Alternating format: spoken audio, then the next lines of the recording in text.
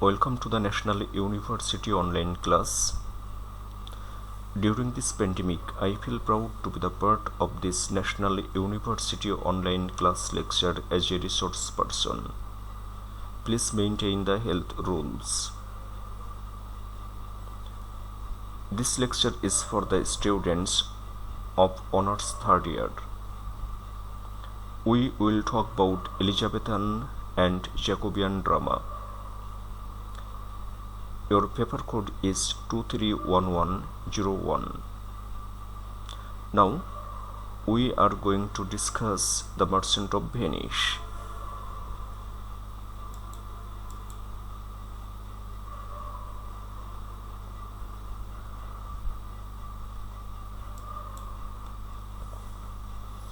In the first scene of Act 3, we are now back in Venice.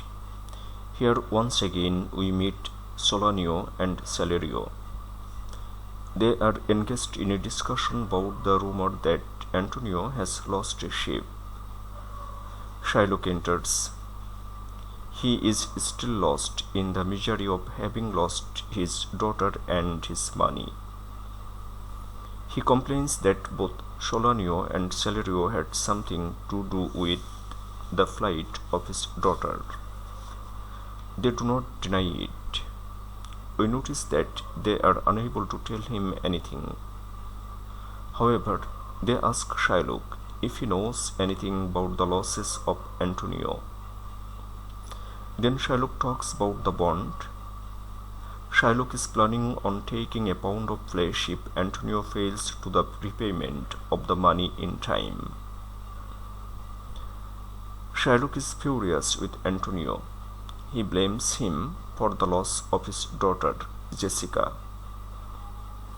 After the departure of Solanio and Salerio, we notice the appearance of Tubal. He is one of the Jews, and he comes to speak with Shylock.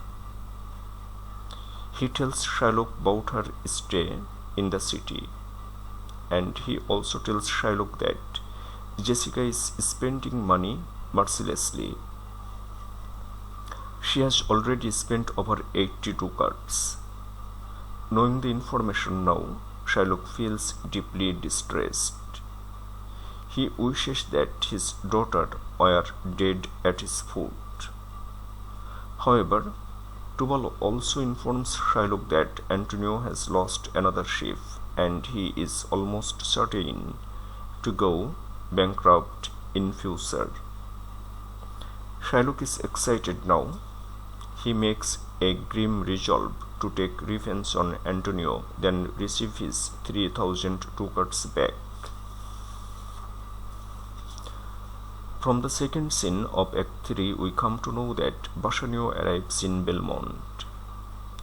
Bassanio expresses his wish to Portia. Portia tells Bassanio that she wants him to wait for a couple of days before making his choice.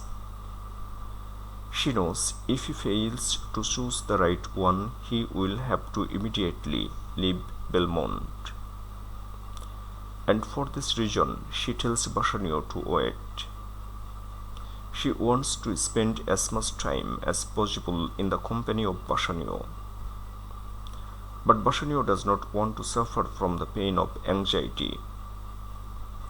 He feels like he is being tortured the longer he waits. He gets ready to make the choice to try his fate. And finally, Portia agrees to take him into the room with the cascades. Portia orders to play music for Bassanio, and we see that one of her servants sings a song to the accompaniment of the music. He looks at the golden cascade. Then he says that the world is always deceived by external beauty. And we see that he rejects the gold cascade. He also rejects the silver cascade because, according to him, it is a medium of monetary exchange. Finally, he chooses the lead cascade. When he opens the casket, he finds the picture of Portia. Bassanio is overjoyed by the picture. Bassanio goes to Portia with the note, and Portia offers him everything that she has, including herself. Then, as a token of her love and commitment, Portia gives Bassanio a ring. He tells him not to lose it. Bassanio promises and tells her that if he stops wearing the ring, it will be because he is dead. Gratiano and Nerissa are in love. Gratiano tells it to Bassanio and Portia. He informs them that he would like to be married. Bassanio agrees to let them get married as well. We notice the arrival of Jessica, Lorenzo, and Salerio at Belmont. Their arrival at Belmont makes Bassanio happy. Salerio gives him a letter from Antonio. The news that Antonio has lost his fortune and his ships turns Bassanio pale. Salerio tells him that Shylock is so excited about getting his pound of flesh. Even if Antonio could repay him, he would likely refuse it. When Portia wants to know from Bassanio, he tells her the story of the bond. She orders Bassanio to return to Venice and offered Shylock 6,000 ducats. However, they all agree to get married first, and then they will go to Venice to rescue Antonio. In scene 3, Antonio is arrested as a consequence of the complaint of Shylock to the Duke. He is in prison now. Antonio and his friends beg for mercy, but Shylock wants to have the flesh of Antonio. Antonio is resigned to his death. He knows that Shylock has the law on his side. From scene 4, we come to know that Lorenzo praises Portia as she has come to the help of Antonio. Portia tells him that Antonio will be as good as Bassanio if he is Bassanio's friend, and she can do for him anything. Then she tells Lorenzo that she and Nerissa are going to stay at a local monastery for a few days in order to pray.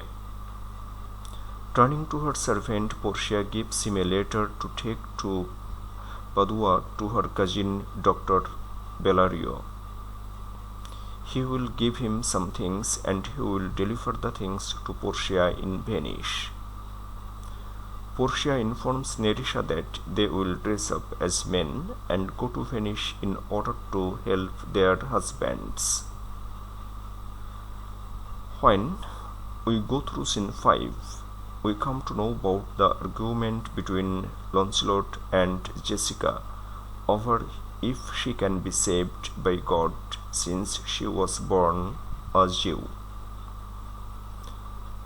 Lancelot tells her that she is hateful as both her parents are Jews. Then we see she says that she is not concerned about her relationship to her father because by marrying Lorenzo, who is a Christian, she has been saved. Lancelot makes a joke. He says that Lorenzo is not good because by converting all the Jews, he is raising the price of pork. Lorenzo arrives, and he orders Lancelot to go inside to prepare the table for dinner.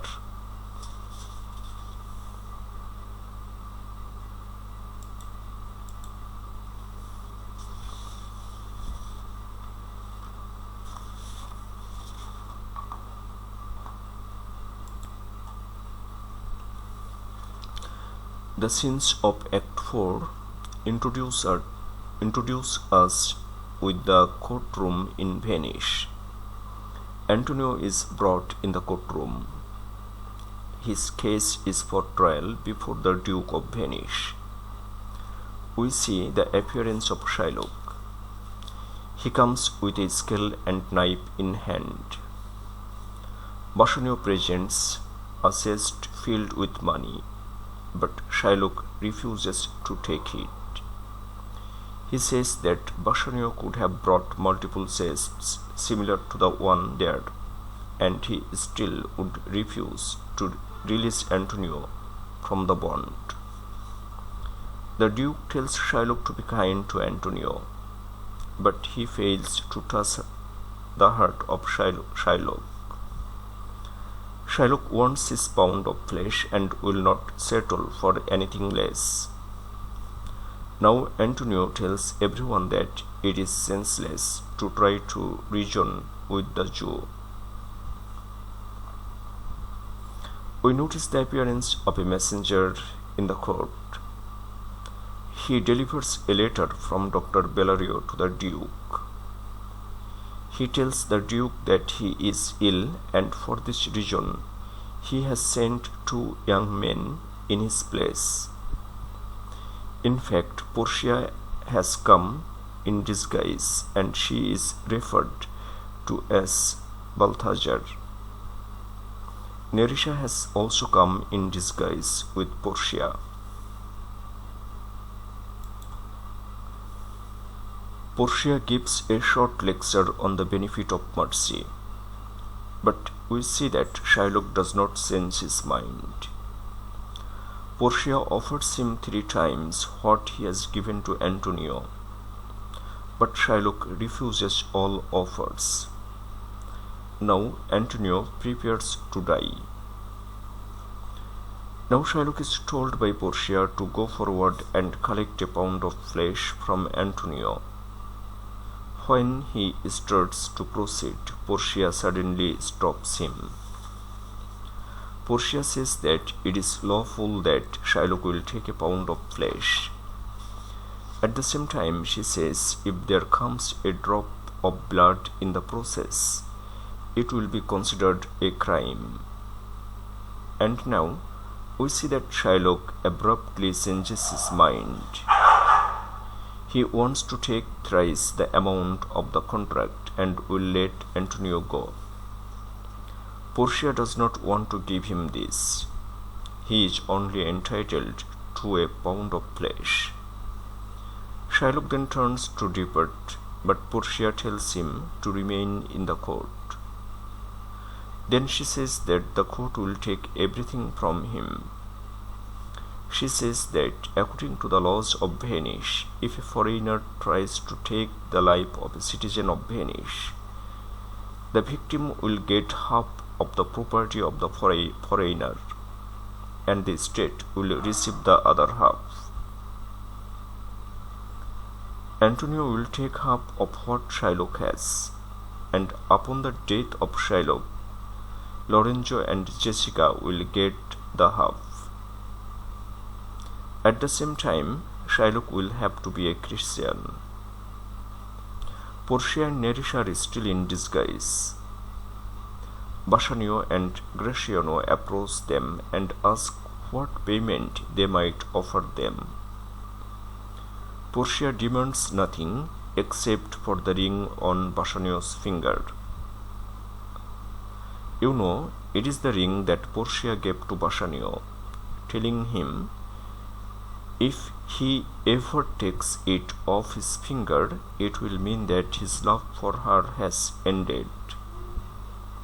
We see that Bassanio gives the ring to the young lawyer. We know that Portia does it to test her husband's loyalty. Nerissa also asks for the ring of Gratiano, and she receives it from him.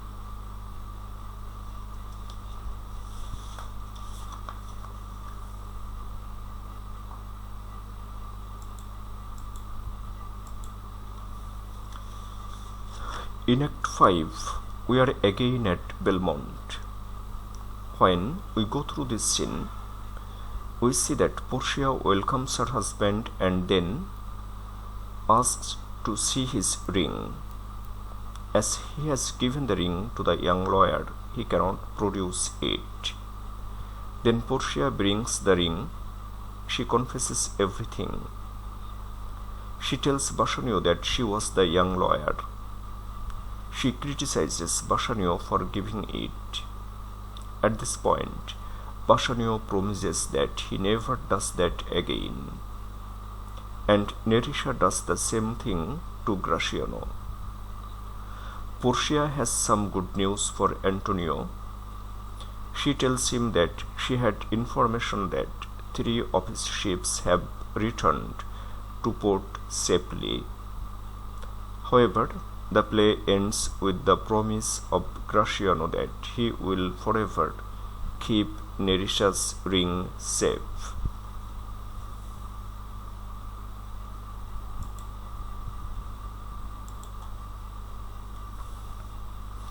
After reading the play, we can understand that The Merchant of Venice is an example of Shakespearean comedy. The main conflict that we find in the play finds resolution. We notice that no real harm is caused to any character in the play. As we find in many comedies, the conflict in the play has the possibility to end tragically. We know that Antonio signs a bond written by Shylock. There, it is stated that if Antonio fails to return the money in 3 months, Shylock can demand his payment in the form of 1 pound flesh of Antonio from any part of his body, and it will be determined by Shylock. We also know that Antonio fails to repay the amount that he borrows from Shylock. We also know that Antonio fails to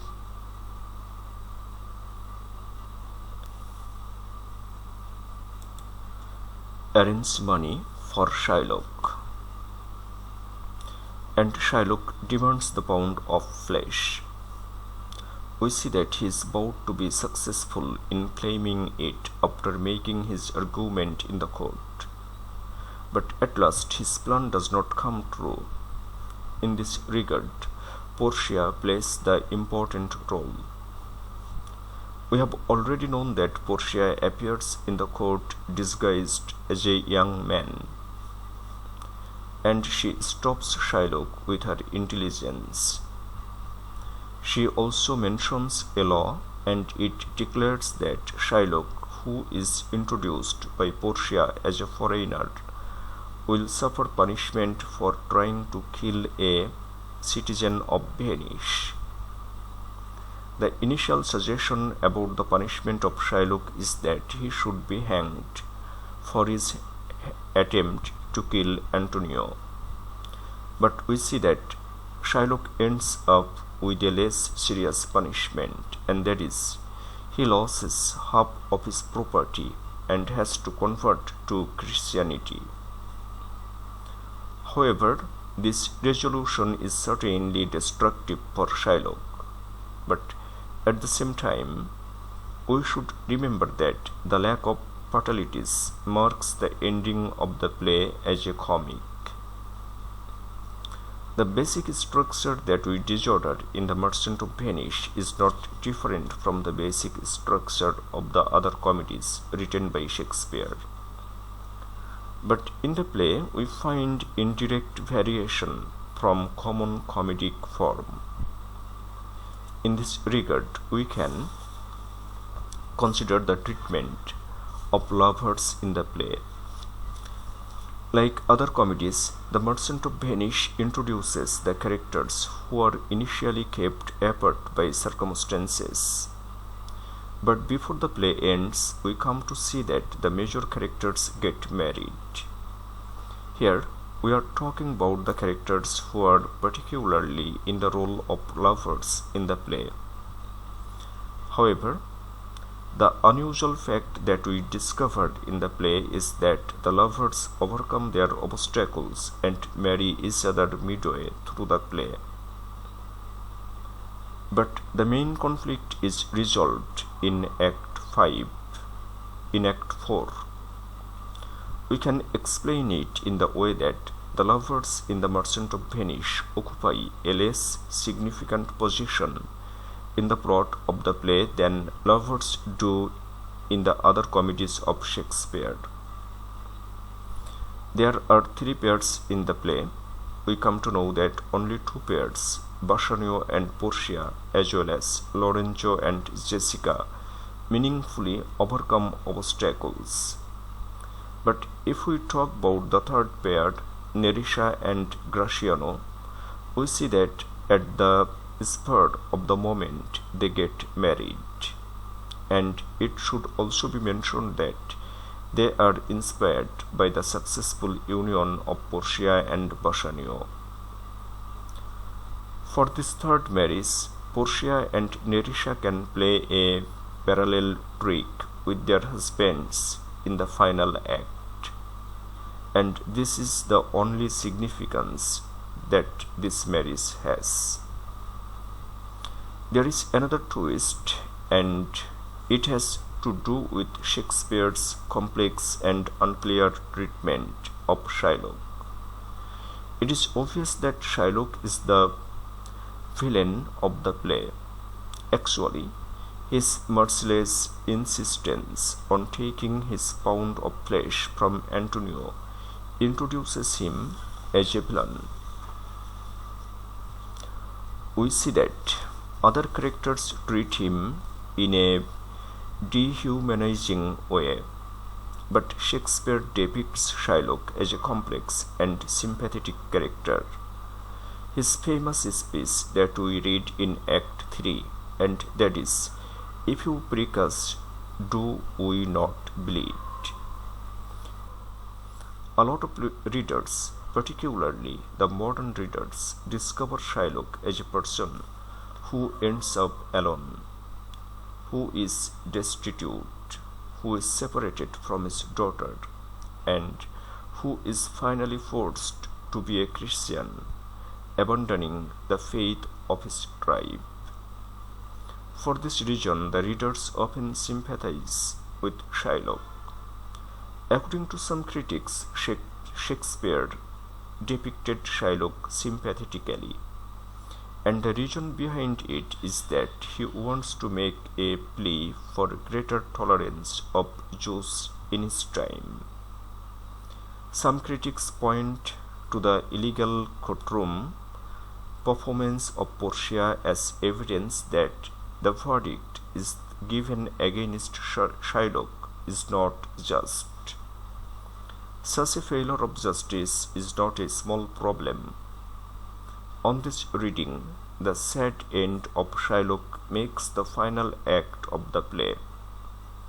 The quarrel between the characters at its center seem frivolous. The Merchant of Venice is a play about property. It tells the story of a merchant who treats his own flesh as property to secure a loan, and the moneylender who calls in the debt.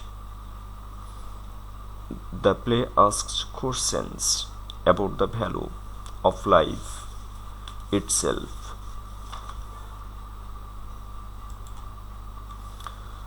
Throughout the play, tangible objects such as rings and cascades stand for intangible ideas about love and loyalty. A test where the men will have to choose between silver, lead, and gold cascades functions to remind the audiences that all that glitters is not gold, and the true value of life has no financial equivalent. However, money plays a significant role for most of the characters, for whom financial security equals independence. The fact that the greedy character in the play ends up having lost both his physical wealth as well as his daughter and his religion warn against the dangers of excessive greed. While the play culminates in a trial scene, Portia's soliloquy suggests that mercy or forgiveness is ultimately more important than legal justice.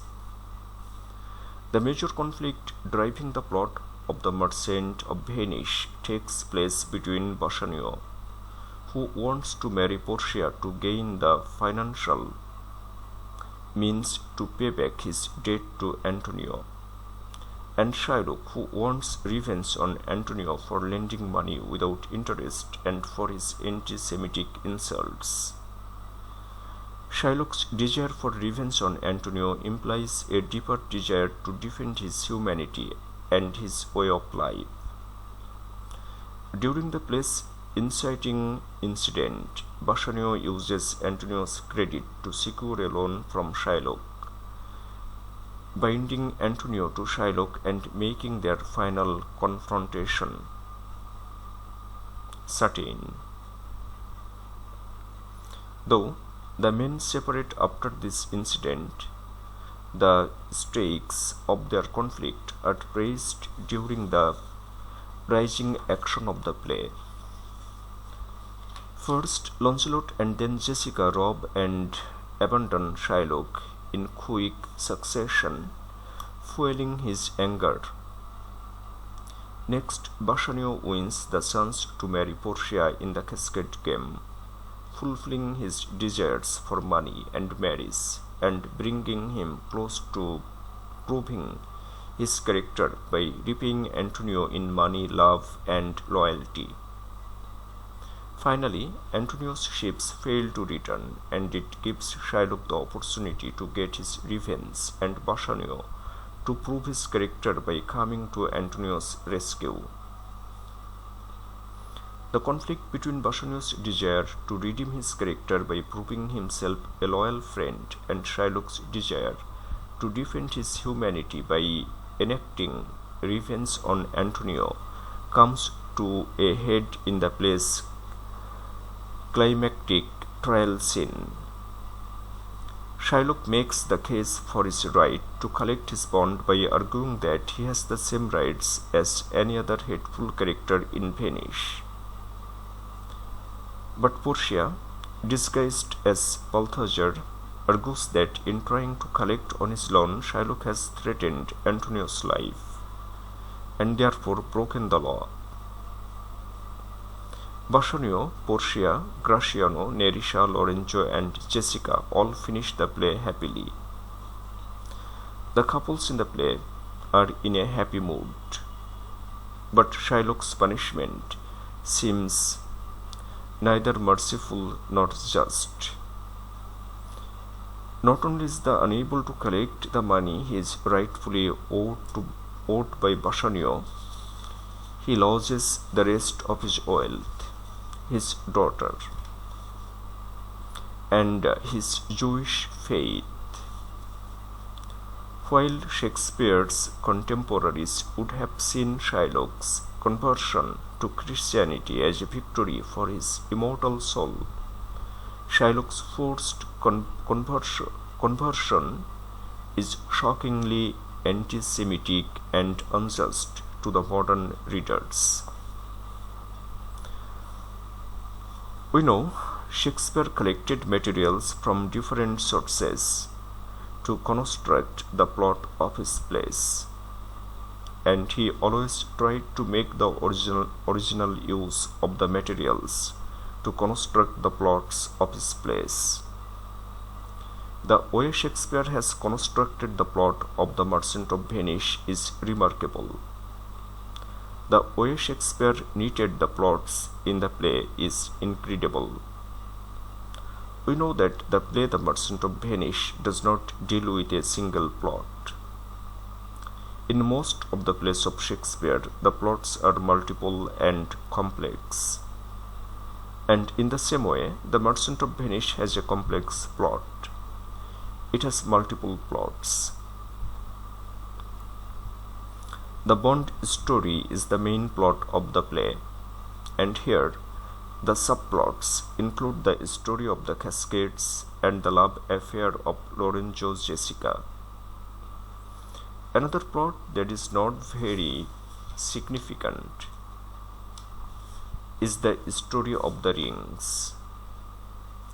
The way that Shakespeare followed to build up the plots in the play is interdependent. For this reason, when we go through the play, none of the plots seems detached from others. The plot is the backbone of Shakespeare's Merchant of Venice.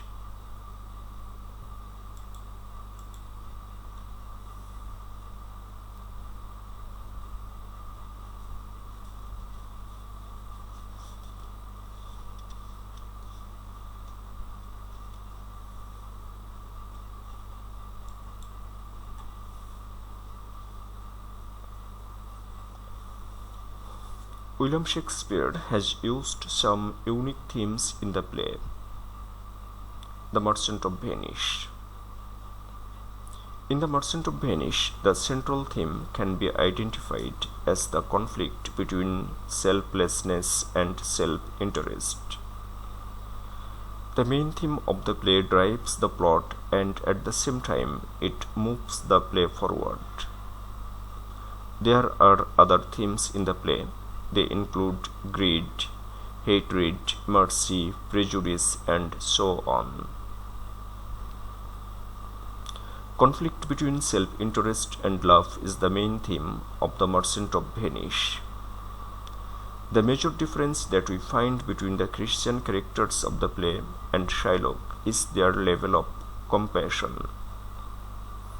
From the play, we come to know that the importance of human relationships over business is valuable to the Christians.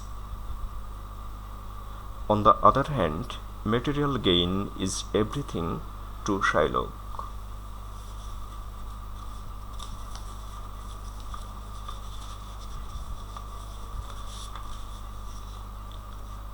However, Shylock is agonized over his loss.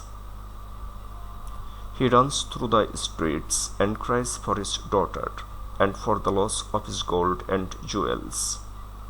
It suggests that he values money as much as his daughter. In Shylock's case, greed overpowers compassion. We also see that due to the monetary loss of the ring, Shylock is not dissatisfied. He is dissatisfied because his daughter has sold the token of love from his dead wife. We see that he values certain human relationships. Shylock demands a pound of flesh from Antonio in exchange of money. It shows that his anger is much deeper rooted than his monetary greed. One of the major themes in the play is love versus money. We see some greedy views in the characters who are apparently good. Bassanio and Portia grow to love each other, but initially it was not the case of pure love. The main purpose of Bassanio to marry Portia is his liability, and he needs money. After marrying Portia, he will use her money to clear it. We also see that Bassanio claims that the act of lending him money is an investment on Antonio's part. Here Bassanio probably views their correspondence as a business matter. Shylock states that Jews are also human beings like Christians. He argues that Antonio hates him only because of his religious identity. Hence, the Christians talk about mercy, but in the play, we see that they are showing prejudice towards Shylock. Therefore, there is a constant conflict of the themes, love and self-respect. And this is the main theme of The Merchant of Venice. The divine nature of mercy is another theme of the play. We know the conflict between the Christians and Shylock over the issue of mercy reaches its peak. The law is in the favor of Shylock, but the Christians expect that he will show mercy violating the contract.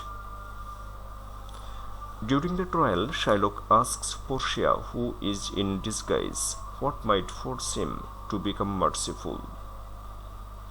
In response, Portia tells him that the quality of mercy is never strained.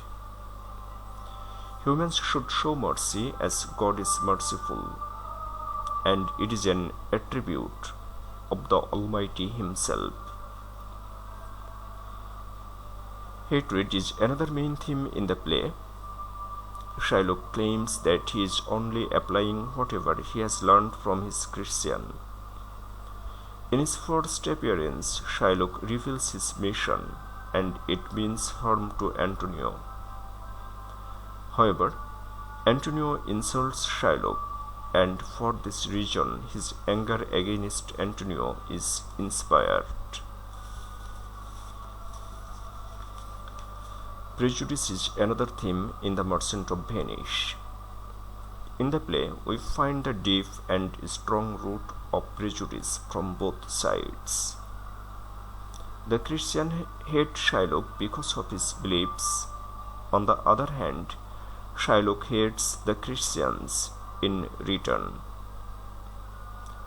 However, the audience is given reasoning behind the behavior and prejudice of Shylock.